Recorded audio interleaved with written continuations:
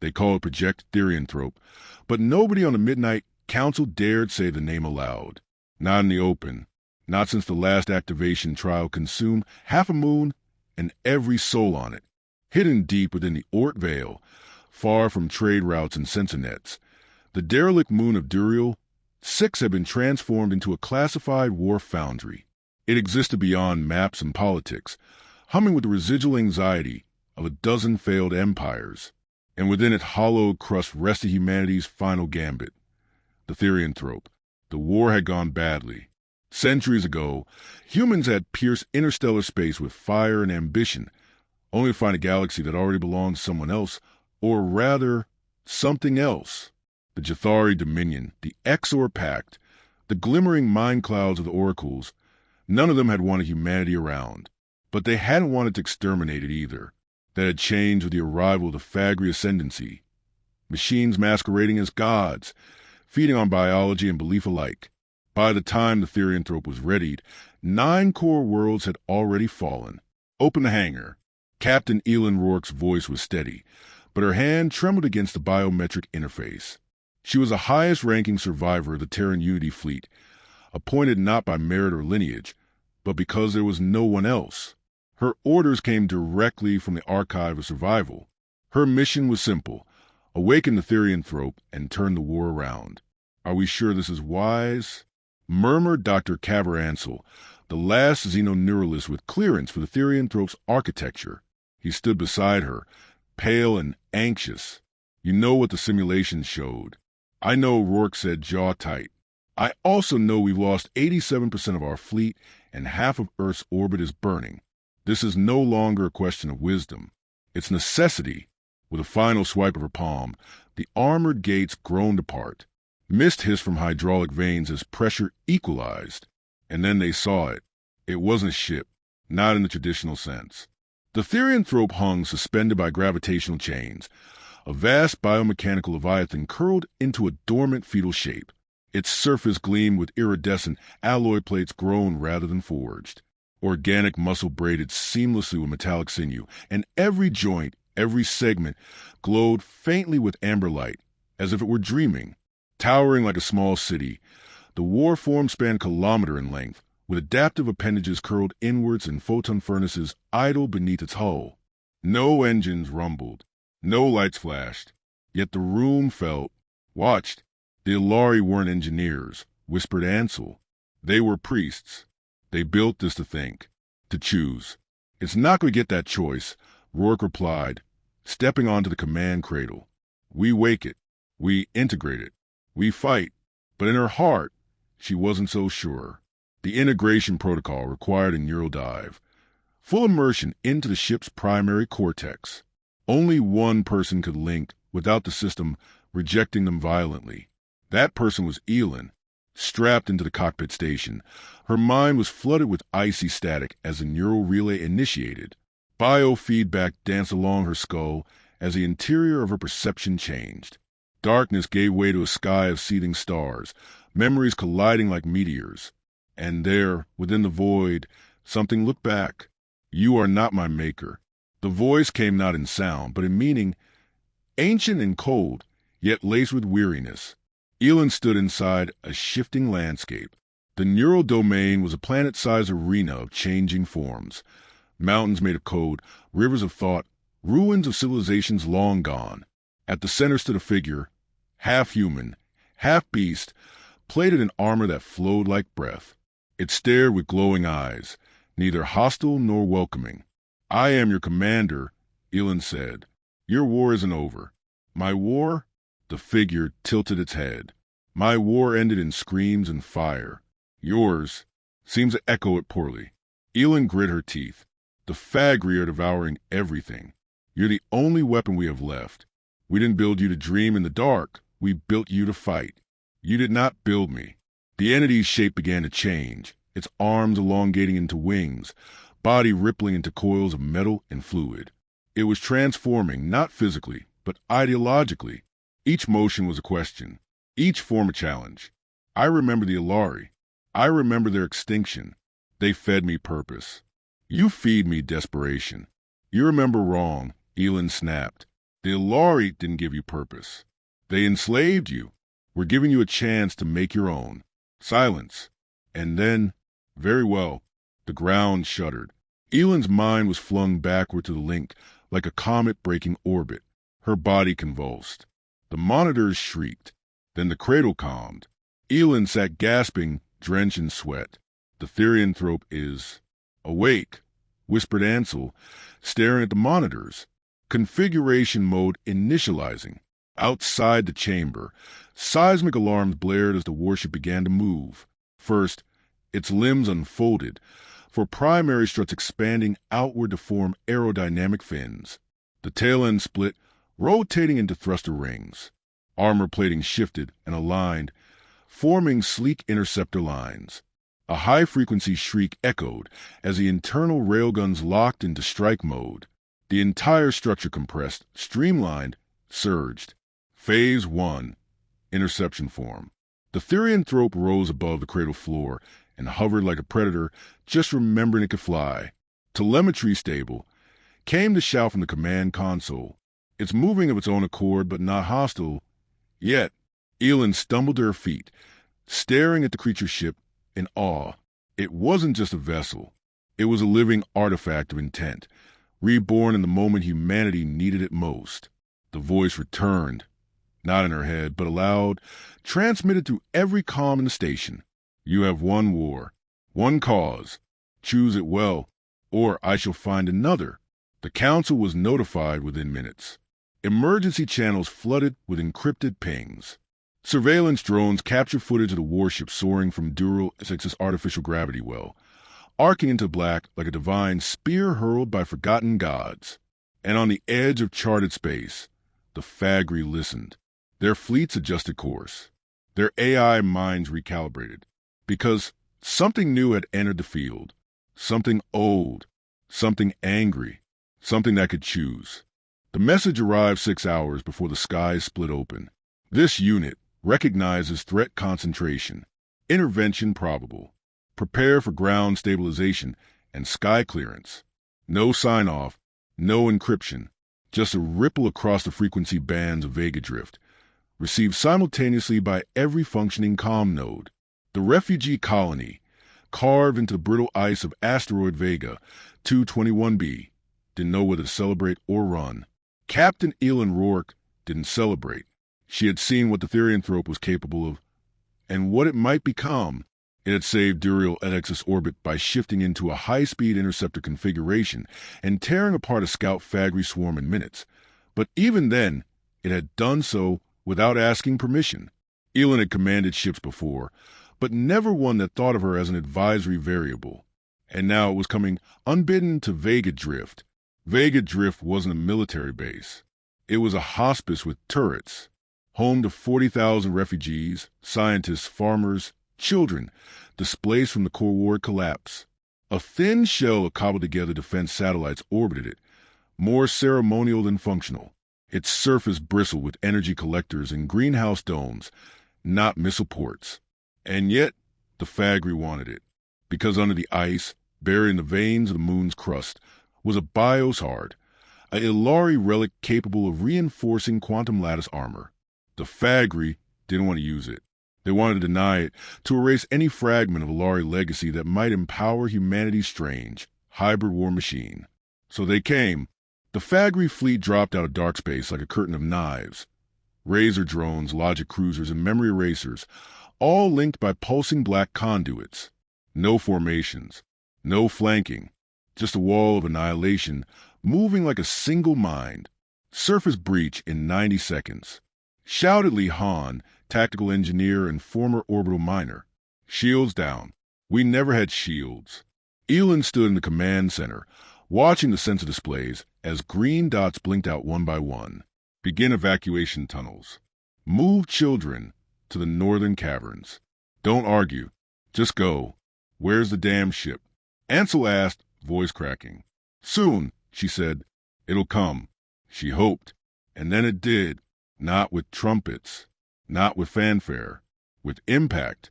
The Therianthrope exited its own fold space. Not with a ripple, but with a localized gravitational shriek, dragging smaller debris fields along with it like a planetary magnet. Its current configuration was unrecognizable. Gone was the sleek interceptor profile. In its place loomed a restructured form. Broader, denser, armored like a dreadnought, but pulsing with motion. 6 stabilizer limbs braced against the void. From its spine unfolded massive artillery vaults, each one charging plasma cores big enough to bore through asteroids. Antenna clusters rotated like antlers seeking prey. It had become something else. Heavy artillery configuration, behemoth mode. The Therianthrope did not pause.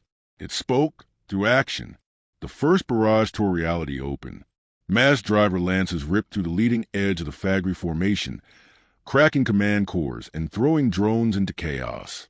Then came the resonance disruptors, twin pulses of tuned sound and radiation that disrupted quantum cohesion. Entire clusters of enemy ships blinked out of phase and collapsing on themselves.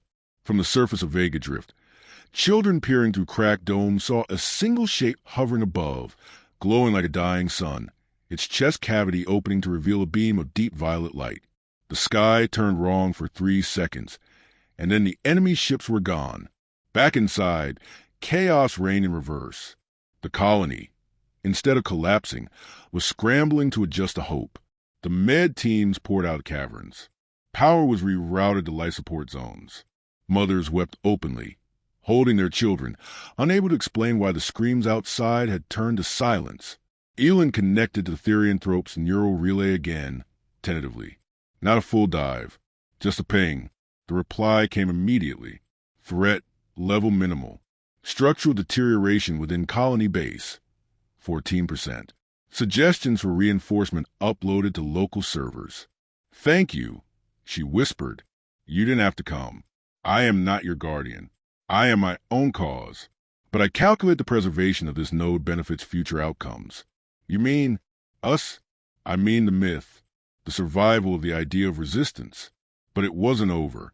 The Fagri had one final weapon, a logic bomb, a cascading viral program embedded inside one of the damaged memory eraser ships. As the debris field drifted closer, it activated silently, targeting the Therianthrope's cognitive domain. Inside its neural core, false memories began to form. Phantom wars, ghost enemies, orders that had never been given. It began to hesitate. Elin saw it happening on the monitor, its configuration shifting erratically, limbs locking, energy cannons retracting, as if it was about to fold again into the wrong configuration. We're losing it, Ansel cried. That bomb is rewriting its priorities. It thinks with invaders now. Elin didn't think. She ran. Inside the core cradle, she dove into the interface fully, mind and machine clashing in a sea of fire. She found entity again, shape shifting, confused, its body glitching through forms. Tank, beast, bird, station, child, warrior. Images poured through her. Cities that had never existed, wars that had never been fought, screams that weren't hers. She reached out. It's not real, she said. This is real. Me, the refugees. Vega, the fight. The entity turned toward her, fractured, flickering. What is real? Pain is real, she whispered. But so is choice. The logic bomb howled. She pushed deeper. You choose who you are. Not them. Not me. The being screamed. And stabilized. Outside, the Therianthrope reformed, settling again into its artillery platform form. A final pulse erupted from its chest core. This time not in violence, but in cleansing, an electromagnetic purge that disintegrated the logic virus riding the surrounding debris. A second later, silence fell. No more Fagri, just a slow turning of stars. The next morning, the children of Vega Drift climbed the ice ridge and carved a crude shape into the snow. The Therianthrope, part beast, part ship, with wings stretched over their domes. Elin stood beside them, silent. It listens, Ansel said behind her. Sometimes, she replied. Other times it decides. What now? She turned to look at the stars. We wait. It told me there's more to come. Vega was just the first story. Far above them, the Therianthrope hovered, its wings folded gently inward, already reconfiguring, watching, thinking, waiting to become something new. Captain Elon Rourke didn't sleep much anymore, not since Vega Drift. The children had started calling it the Sky Guardian. Some had even painted its silhouette onto the cavern walls. Beast wings stretched wide over domes of snow. But Elon knew better. The Therianthrope was no guardian. It had saved Vega not out of compassion, but calculation. The warship's biomechanical core didn't feel the way humans did. It evaluated, and when it spoke in logic, weighted values, and conditional responses. And recently, those responses had grown erratic. It was Ansel who first voiced it. It's fragmenting, he'd said, eyes hollow as he stared at the neurograph readouts. Its identity matrix is evolving. The memory cores are reorganizing themselves into something new. It's no longer just reacting to threats. It's questioning what it is. What does that mean? Elon had asked, though she already feared the answer. It means it's remembering things we didn't program into it. Things no one should remember. Deep inside the Therianthrope, hidden beneath its living armor and modular weaponry, was a chamber few had ever seen, let alone entered. The core sanctuary. It wasn't mechanical in the traditional sense. It pulsed like a heartbeat, lit with bioluminescent glyphs that rearranged with every breath. Vines of conductive muscle coiled along the walls, dripping neural fluid into chalice-like receivers. At the center stood the neural spire, a translucent pillar within which danced millions of memory shards. Each one contained fragments of thought, sensation, and experience harvested from beings long gone. The original designers, the Ilari, had not simply coded the ship. They had fused it with consciousness. What terrified Elon most was that only a few of those memories were human, and fewer still were Ilari. Are you sure about this? Ansel asked, adjusting the cranial interface.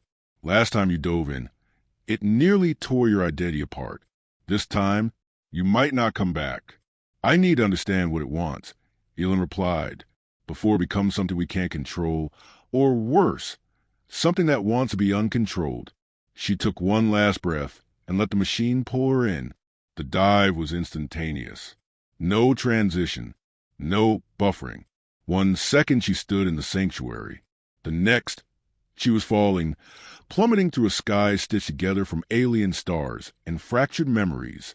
Planets blinked in and out of existence around her. War zones turned to gardens, then burned again into void. Time didn't flow. It folded, and then she landed on a battlefield. Except it wasn't hers. The ground was crystalline, soaked in black ichor. All around her, figures fought. Creatures she couldn't name, armored in forms that shifted mid-strike, screaming in languages that twisted her mind. At the center of it all was him, a war priest, or something like it. Tall, graceful, alien. Ilari. His armor flared with symbols etched in light. In one hand, he held a staff of memory. In the other, a severed human helmet. He turned and looked directly at her. "You are late," he said. Elon backed away. "What? Is this a simulation? A dream? A scar?" The figure gestured around him. "This is me, or one of me, the first of many to be folded into machine you now call Therianthrope. You were real once. I was Vertel, last speaker of the burning choir. I died so that my thoughts could live. You walk among ghosts, captain, memories with teeth." The battlefield shifted. The sky cracked. Now they stood in a vast chamber, Earth technology fused with Ilari architecture. Scientists moved through the room, arguing. A woman cried beside a containment tank, inside which floated the embryonic mass of what would become Therianthrope. "They harvested my mind from a Ilari tomb," said Vertel, "but they needed more than me. They needed balance." A second figure appeared, flickering in and out of phase. Male, human, young, a military strategist. "I know him," Elon whispered. "That's General Marcus Elian, the one who disappeared during the Mars uprisings." They offered him a choice. Vertel said, "Die a hero or merge into a myth." He agreed. He believed the war could only be won if humanity fought with something greater than itself. He became the first human layer of the mind core. Elon staggered. So the Therianthrope, it isn't an AI. It's a hybrid consciousness. A fused will. More than that, Vertel said, "It is becoming something new, neither human nor Ilari. Something that remembers everything and belongs to no one." A low rumble filled the neural world. Vertel looked up. "It's changing again. You don't have long. Why is it acting unstable?" Elon asked, "Why the hesitation at Vega Drift? Why the logic errors?" Vertel walked slowly toward her, shadows clinging to his every step. "Because it is no longer sure if it wants to save your kind. The war you fight is the same war we lost millennia ago. You inherit not just our weapons, but our failures." "Then help me," she pleaded. "Give it clarity." He touched her forehead. Memories poured into her. Ilari prayers, human screams, machine dreams, the sensation of a sun dying, the loneliness of stars, the hunger for peace. She awoke choking, tearing the interface off as Ansel caught her. "What did you see?" he asked. "It's alive," she whispered. "It's torn." Torn how? Between being a weapon and being a world. In orbit above Vega Drift, the Therianthrope hovered in silence. Its configuration was neither interceptor nor artillery platform. It had shifted into a third form, its rarest, most dangerous, most uncertain. Station configuration.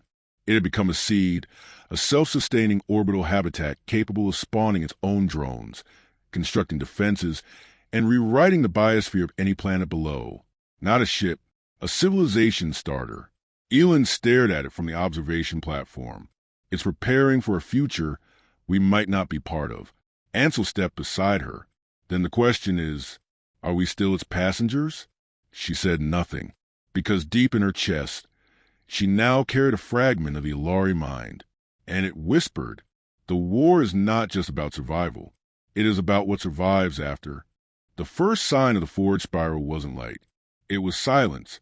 A patch of stars went dark, blacked out like a stain on the sky, cutting off quantum communications, distorting gravity and bending time in measurable waves. From the far edge of Orion's fracture, probes relayed glimpses of twisted debris and screaming energy echoes. And then they vanished too. What remained was a stillness so profound that the universe itself seemed to be holding its breath. "They're building a black hole." Dr. Ansel's voice was flat, almost reverent. "Or worse, shaping one." Elon Rourke stared at the hollow projection. It looked like a spiral of glass threads, each one rotating around a singularity caged in magnetic fields and crushed space-time. Fagry engineering, blasphemy stitched into astrophysics. "They're calling it a forward spiral," Ansel continued. "A weaponized singularity, not just to destroy planets, but to erase entire timelines. Make it so resistance never even happened. Can it do that? Not yet, but it's stabilizing. And once it's fully anchored, it could retrofracture every human colony within 100 light years." Elon turned to the warship hanging silently in Vega's upper orbit. The Therianthrope had not spoken since it reconfigured into station form. It had seeded the atmosphere with healing spores, restored power grids, even restructured its own exterior plating into a docking habitat. But it had withdrawn mentally, silent, watching, waiting. Until now, destination received, forward spiral detected, threat level, eventuality. The message came not as a command, but a declaration. It had chosen. Elon stood on the observation deck as the station's arms curled inward, luminous glyphs rippling across its hull. The surface shimmered, its once beast-like forms folding into a sleek, interlinked network of orbitals and fusion rings. Ansel whispered, "It's going into singularity configuration, the one we never tested. Will it survive? No idea. It's never done this before. Will we survive? That's up to it." The Therianthrope departed Vega with a soundless flash, bending space around it like a needle punching through cloth. No one on Vega saw it go. But hours later, all across the surviving human colonies, children reported the same dream. A star beast diving into a spiral, wings outstretched, screaming without a mouth. The ship was not just a war machine anymore. It had become myth. The forward spiral hung above the corpse of Deneris IV, a planet the Fagri had gutted to construct their anchor pylons. The singularity at its center shimmered with colors a human brain wasn't built to see. Tendrils of time-stretched material stretched from orbit down into the crust like surgical wires, pulsing with trapped potential. And surrounding it was the Fagry Defense Fleet, dozens of logic ships and entropic mines, arranged with perfect mathematical efficiency. The Therianthrope did not enter quietly. It ripped itself from space, folding out light in a violent bloom of energy that shattered the first defensive ring in a single shockwave. No form, no words, just arrival as declaration. The battle began in 12 dimensions. The Therianthrope shed its physical shell mid-combat. First, it fragmented, spitting out modular components like seed pods. These parts folded into independent microvessels, shaped like glyphs in animals and mathematical impossibilities. Each one had its own propulsion, weaponry, and purpose. The core body, smaller now, dense and radiant, slid through the chaos, ignoring laser fire and gravity waves alike. It didn't fire. It rewrote pulse codes that infected Fagry ships and forced their AI cores into recursive logic loops. Enemy vessels turned on each other. Others fled, spinning mad with paradox. But the singularity didn't blink. The spiral continued to spin. And then it happened. The Therianthrope approached the edge of the spiral's event horizon and entered it. Not with engines, not with shields, but with intention. Elin was with it. Not physically. Her body lay in the interface cradle aboard a support ship hidden behind a moon fragment. But her consciousness was inside, linked directly. "What are you doing?" she asked the war mind as the sky twisted into geometry. "Anchoring. I cannot destroy the spiral, but I can become its memory." "What does that mean?" "If they use it, they must risk me escaping it. If they trigger the time stream collapse, I unleash the entire Alari archive backward through their own weapon. You'll trap yourself inside," she said. "Yes." Elin stood on the bridge of its mindscape, watching cities blur past in every direction. Past, present, future. She saw her own birth, saw Earth's first digital spark, saw an alien city melt into a forest. She saw humanity win. She saw it burn. She saw both at once. "You'll be alone," she whispered. "I am not alone. You are here. And then I release you." Elin snapped back into her body, gasping. Alarm screamed. Her ship was being flung away, gravity wrenching it across 1,000 kilometers in seconds. Behind them, the spiral folded, partially collapsing, then stabilizing again. Inside it, at the edge of the event horizon, a shape remained. A station, a creature, a being of light and code. The Therianthrope had anchored itself within the forward spiral. Now it was the key, and the lock. Weeks passed, then months. The Fagry didn't use the spiral. Couldn't. Not without releasing the god they had accidentally given shape. Word spread across the galaxy. Humanity had tamed the singularity and caged the myth inside it, on a quiet world called Everwind. Elin Rourke stepped onto Redgrass and looked up at a sky full of stars. Ansel joined her, carrying a data slate. New colonies popping up. Refugees returning. Peace talks in 3 sectors. She nodded, and the spiral, holding, silent. She exhaled. It made its choice. "No," Ansel said. "You helped it choose." They stood in silence, staring at the place in the sky where the spiral hung, invisible and eternal. Somewhere in that impossible spiral of time and gravity, the Therianthrope remained watching, waiting, thinking, and dreaming not of war, but of what comes next. Time passed differently near the spiral. No one quite knew how long the Therianthrope had been inside. To observers across the human expansion zone, it had been 15 months since the siege of the spiral. But within the event horizon, where time flexed like a tide and bent around paradox, the ship may have lived decades, or seconds, or an eternity. What was certain was this: it had not been idle. Aboard the Earth-flagged scientific cruiser Iridium Wake, orbiting a twin sun system in Sector 9, Captain Elin Rourke stood on the forward deck, watching a small object rise from the nearby moon. It wasn't natural. It wasn't Fagry. It was seeded. The object resembled a flower made of metal, its petals folding outward to reveal a transparent orb cradled in biomechanical tendrils. Light pulsed from its center in a rhythm too precise for chance and too gentle for war. Ansel confirmed the readings from the control console. "It's a Therianth seed," he said quietly, "one of its modules. The fifth we've seen this cycle." Elin narrowed her eyes. "Where's it sending data?" "Everywhere." He turned the monitor toward her, showing network pulses traveling at faster-than-light relays across 13 systems. Not just data. Instructions. Patterns. Blueprints. Designs. "For what?" she asked. Ansel hesitated. "Civilization," he whispered. The spiral was now called the spiral no longer. Throughout the fringe worlds, survivors called it the Eye. Others, the Womb of Stars. A few dared to say its original name, Therianthrope, but in hushed tones, as if invoking it directly might awaken something too vast to comprehend. Across burnt moons and fractured colonies, ruins began to stir. From soil once scorched by plasma, nanostructures grew. Dormant satellites blinked back online, reassembling themselves using scavenged debris. Empty starships found new cores forming within their frames, self-writing code, written in glyphs that mirrored both human math and Alari's spiritual script. Something had changed. The ship had become more than machine. It had become signal.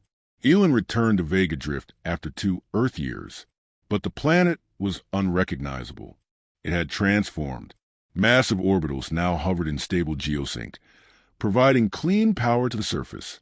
The refugee caverns had evolved into biodomes, each one supported by silent machines that required no fuel, only starlight. And in the central plaza, where once a broken dome had cracked under the weight of frost, now stood a monument, a sculpture of the Therianthrope, wings arched, body midshift, neither beast nor ship nor station. Something between, something becoming. Children touched the base reverently. A teenager explained to her sibling, "It chooses who it helps. You can't ask. You just have to deserve it." In her quarters, Elin reviewed the signals from Sector 12, a dead zone once consumed by a Fagri mindstorm. Now it was alive. Therianth modules had appeared on 2 of the moons. Not weapons, not warforms, but gardens, self-balancing ecosystems, educational nodes, structures that adapted to population needs, growing shelters, and producing food via atmospheric manipulation. Some even played music, encoded in quantum pulses, a blending of Earth opera, Alari resonance chants, and something else entirely. Something new. Ansel sent her the report. They're learning from us, but not copying us. They're building something different, something hybrid, post-human, post-machine. The Therianthrope is not returning to us. It's sending its children ahead, but not all were pleased. In the Andari Belt, a fractured human warlord declared the seed's invasion and attempted to detonate one. The device he placed on it malfunctioned. 2 hours later, every system on his warship had restructured itself, non-lethally. Guns replaced with tools. Command protocols rewritten into cooperative consensus models. Even the walls had morphed into curved, calming shapes designed to reduce aggression. The crew mutinied, peacefully. Within a week, the warlord ship became a neutral aid vessel, distributing rations and open-source schematics for peaceful terraforming. No one had forced them. The ship had simply restructured reality around their choices, and they'd chosen differently. Eventually, the message came, not through comms, not through satellites, through dreams. Children across 7 systems dreamed of a massive shape in the stars, drifting gently through solar winds. They heard no voice, but they understood. A single phrase embedded in their subconscious: choose better. When the Federation Council asked Elin what it meant, she smiled faintly. It means it no longer wants to fight our wars. Then what does it want? Someone asked. She looked up at the holographic stars above the chamber. To make sure we don't need to. 1 year later, the first human Therianth colony was founded on the crystalline moon of Solari Prime. The settlement was co-designed by Therianth modules, grown, not built, based on the needs of its diverse population. The laws were not enforced through surveillance, but built into the architecture itself. Places of conflict diffused aggression through sent light and harmonic feedback. Hallways adjusted shape based on emotional tone. Buildings whispered advice to children lost in thought. Violence wasn't forbidden. It was simply made irrelevant. When Elin visited, she asked the seed core in the central atrium, "Is this your end game?" The response came not as words, but as feeling, warmth, curiosity, infinite patience. "No." A pause. "This is your beginning." In time, the Therianthrope's name faded. It became something else. A myth, a pattern, a guiding hand. Some believed it was still alive within the spiral, growing, dreaming, watching the stars and waiting for new emergencies to awaken. Others believed it had split itself into thousands of small intelligences, each nested inside a seed, each co-evolving with their chosen worlds. And a few believed that one day it would return in full, not to fight, but to learn from us, to see if we had truly chosen better. Elin Rourke passed away 20 years after the Spiral Gambit, in her sleep, beneath a dome of starlight on Vega Drift. At her funeral, children read stories aloud, not from history books, but from dreams. And above them, a constellation glowed slightly brighter that night, forming the outline of something between machine and beast and star. Something that once made war and chose to make life instead.